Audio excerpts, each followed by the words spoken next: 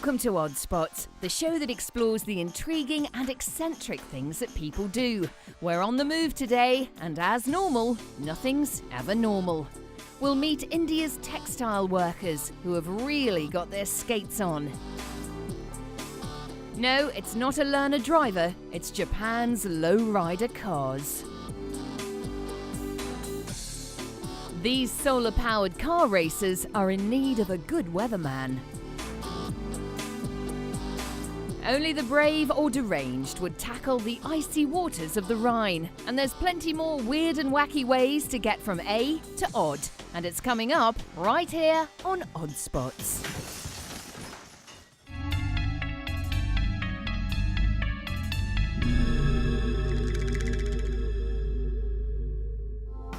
Let's bounce straight into this crazy modes of travel episode of Odd Spots by joining our old friend Ashrita Furman here on the Great Wall of China. Ashrita is a serial Guinness World Record holder with more than 20 titles to his name, and they're all about as bizarre as this one. Today, Ashrita is going to bounce on a space hopper for 1 mile in 15 minutes and 3 seconds in an attempt to smash the current world record. While I'm not sure if you'll see many people following Ashrita's lead and popping to the shops on a space hopper, it was fabulous to see the New Yorker finally using his brains for a record attempt. Yes, he certainly has a lot of cheek and managed to smash the current space hopper record by 5 minutes.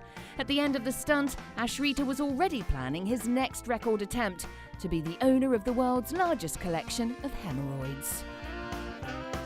You may have heard of Alaska's famous Iditarod, but here in America, New Yorkers are competing in their own version, the Idiotarod. The mode of transport used here has to be the world's worst for steering, traction and ease of operation: the shopping trolley.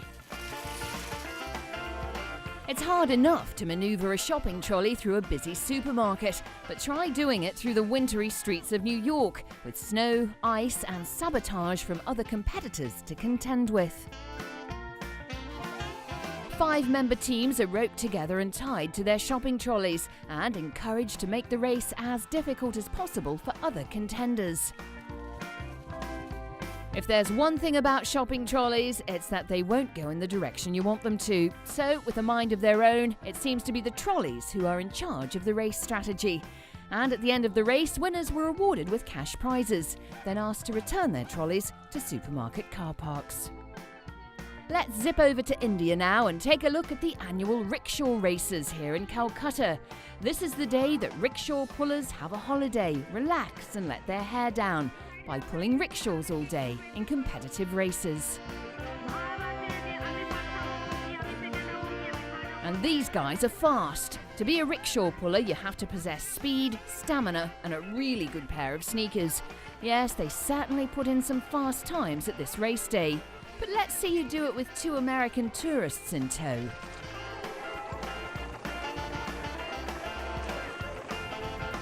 The life of a rickshaw puller is not an easy one. The pay is lousy, the work is strenuous, and you only get serviced every 100,000 kilometres. This year's races range from 50 to 100 metres, and just like horse racing, there was a handicap system. The older the rickshaw puller, the shorter the distance he had to run. How thoughtful. I think it takes a special kind of person to use a rickshaw as their mode of transport. I prefer to walk, but some people get a kick out of being pulled around town by an asthmatic 80-year-old man. When charity fundraisers in Australia had the idea of swimming right across the country, everyone involved was very excited. That was until they realised there wasn't any water running right across Australia. So they came up with the idea of completing the challenge in a swimming pool on a truck. It's sort of like applying the idea of an exercise bike to a swimming pool. It doesn't matter how fast you go, you're not getting anywhere. Swimmers were kept motivated by other team members who'd yell words of encouragement like, "There's a tiger shark behind you," and "A small unidentified brown log is floating your way." It It took the team of swimmers 21 days to complete their journey and another 21 days to stop looking like prunes.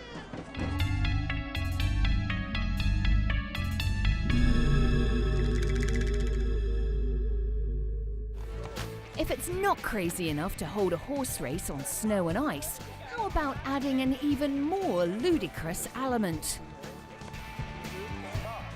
Here in Switzerland, riders are pulled around the track by horses in an extreme version of skiing.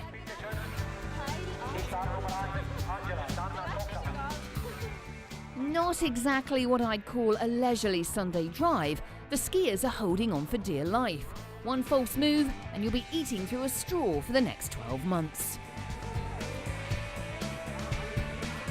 And why do they do it? Hey, why not? When the luge has lost its thrill and aerial skiing is no longer a challenge, being pulled around an icy track by racehorses has to be next on the agenda.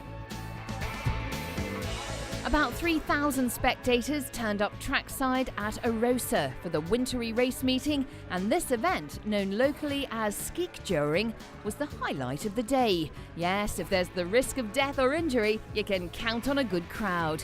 In fact, wild horses couldn't keep them away.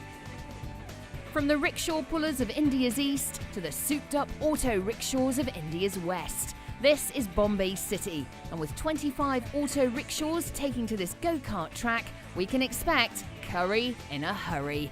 Yes, even cheerleaders were on duty as a big crowd gathered to witness this weird competition. Any day of the week, pedestrians and commuters alike had the opportunity of being run over by one of these little cabs. Known as the poor man's taxi, auto rickshaws are notorious for deadly manoeuvres on Bombay streets. In fact, they have the same steering ability as a supermarket trolley. Winning taxi driver Ramesh Kumar amazingly not only found his way to the race, but to the finish line as well. Here's something that might put a little spring in your step. The old-style hula hoop is out, and here's its new age relation, the Sing Sing hoop. Here in South Korea, women are going mad for the new invention. Devotees say it's not only fun and great exercise, it makes you look ridiculous as well. Creators of the Sing Sing hoop are making some rather big claims, saying that this new style of hoop can thin the waist by stimulating the abdomen muscles, and get this, it has acupuncture effects and can alleviate constipation. I can see the advertising campaign already. Thank you, Sing Sing hoop. Now my bowels are hitting the high notes. Ever considered taking the plunge? Well, before you do, try jumping off a bridge first. This is probably the oldest high diving competition in the world, staged here in Mostar, Bosnia. Nothing much has changed in the past 400 years, including the men's swimming costumes.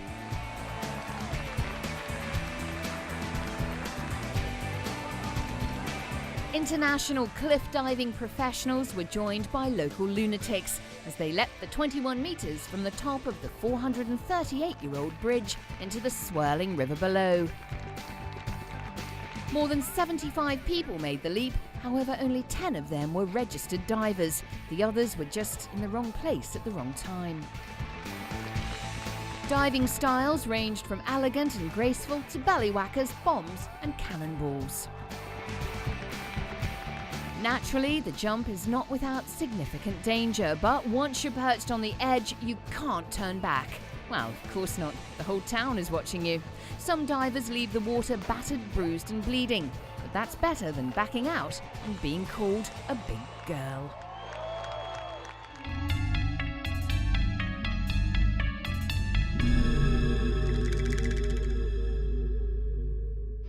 Here in India, employees are arriving at one of the country's largest textile mills. And though it may look like another boring factory job on the outside, there's something a bit groovier happening on the inside.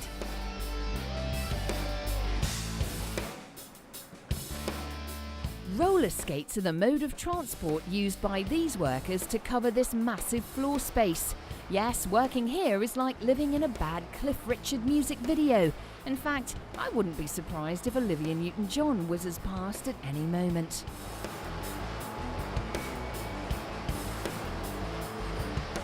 Let's face it, time is money, so company president Y.C. Gupta introduced the roller skates to help employees speed around the 8 kilometers they'll cover in an 8-hour shift. Now, when one of the spinning lines breaks, workers can get there fast, replace the thread, and get production back on track. It's a marvellous idea, but here's the fun part. None of these employees had previously ever been on skates before, so part of the job description is manoeuvring through the factory without falling into one of the industrial looms. What a challenge! Each day, India's champion roller skater Sanjeev Datta oversees lessons with the remaining staff that haven't fallen into an industrial loom. He told me that many of his students were thinking of leaving the textile industry to focus on full-time professional skating careers. And it makes sense. If India can't win at cricket, maybe they can bring home the roller skating ashes. Welcome to Germany, where enthusiastic locals are getting ready for Ascension Day, also known as Father's Day. And what better way to celebrate a public holiday than with a leisurely trip down the Rhine? But there'll be no boats used for this trip. Instead, inflatable toys, rubber rings and water wings are today's mode of transport in what has become an annual event here in Cologne. Who said Germans were serious?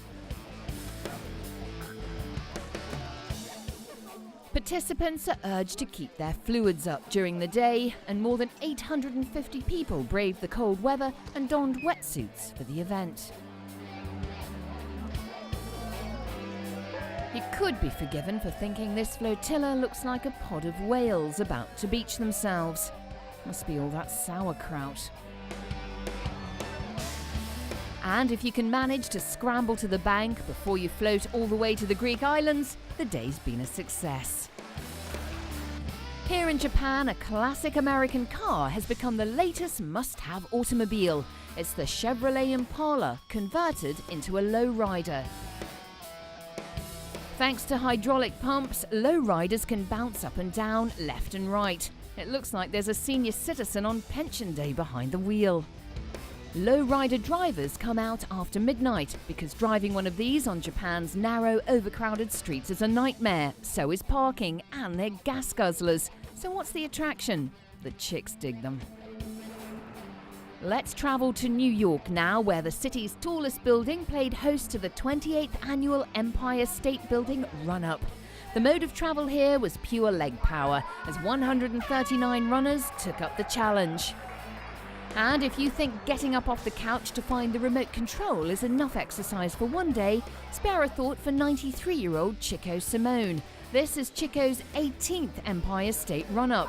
What's his motivation? Officials told him there was a $5 all-you-can-eat buffet waiting on the 86th floor. Going up, floor 34, men's hats, ladies' underwear and soup spoons. As I raced with the competitors up the stairs, there was one question that kept coming up. Where's the elevator? The run was won in 10 minutes and 24 seconds, and that's 1,576 steps. But it was 93-year-old Chico, the race's slowest finisher, who got about just as much attention, particularly from the paramedics, when he arrived almost 50 minutes later. Next year's race is already drawing plenty of entrants, particularly since it was announced the Empire State Building would consider installing escalators.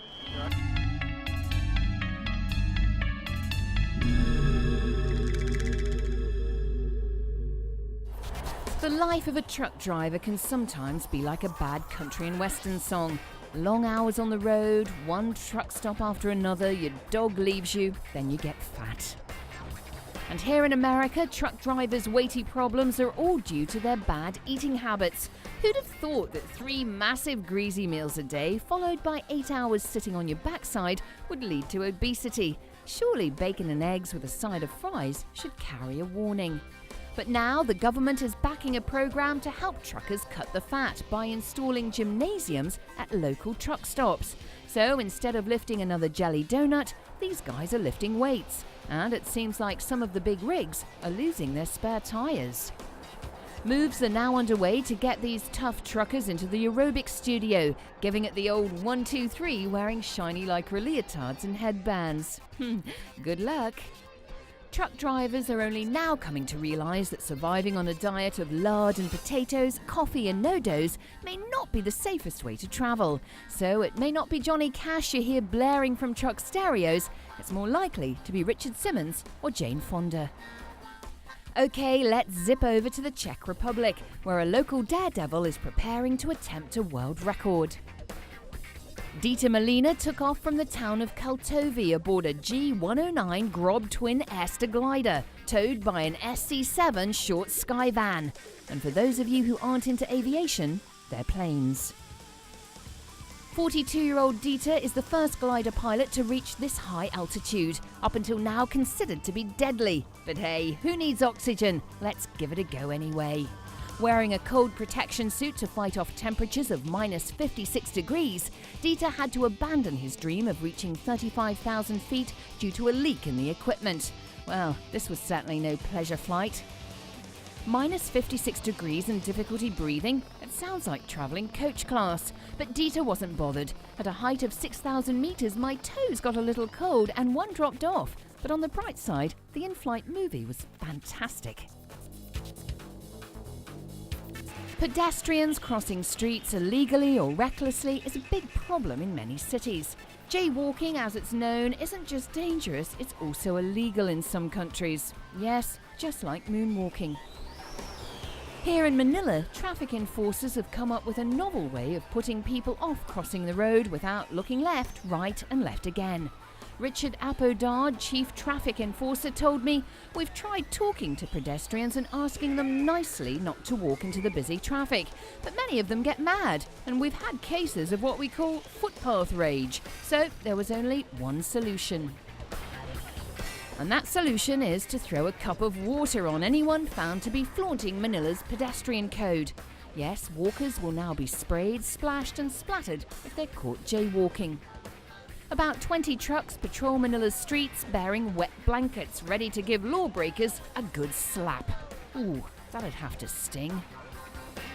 More serious offences will now carry the harsh penalty of 30 lashes with a wet lettuce leaf.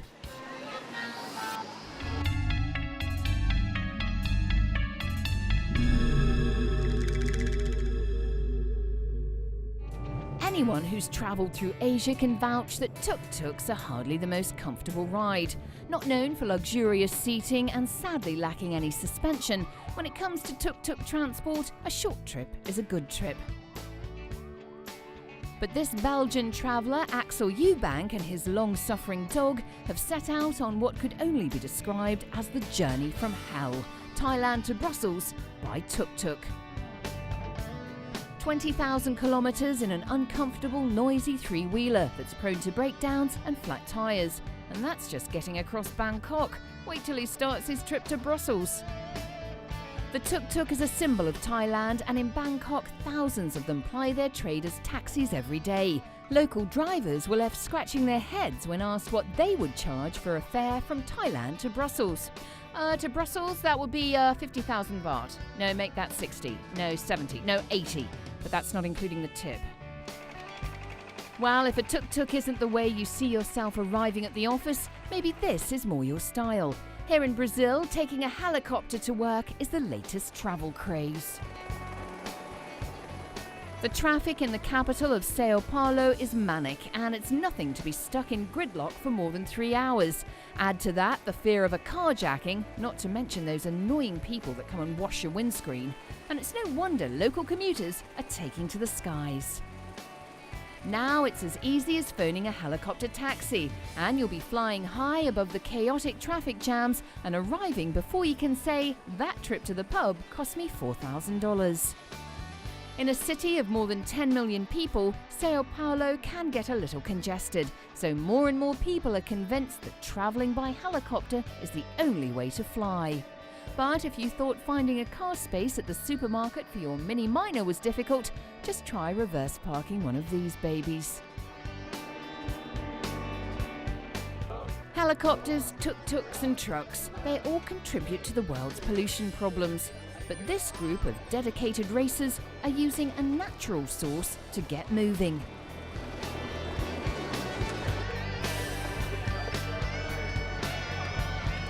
This is solar-powered car racing. So, gentlemen, run to your cars and install your charge batteries, then start your engines.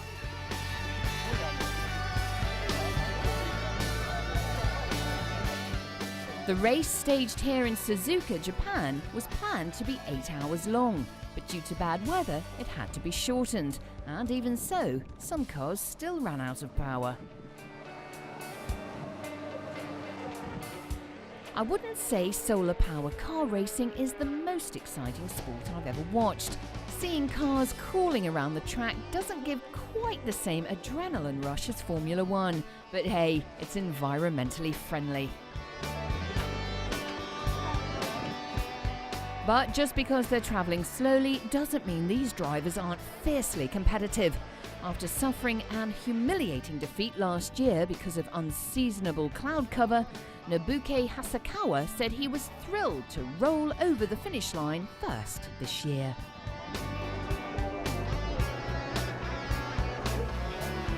That's the problem with solar power. Just when you've got a big race day, the sun disappears and it starts to rain. The first race started in 1992 to promote eco-friendly vehicles, and that race is due to finish sometime next year.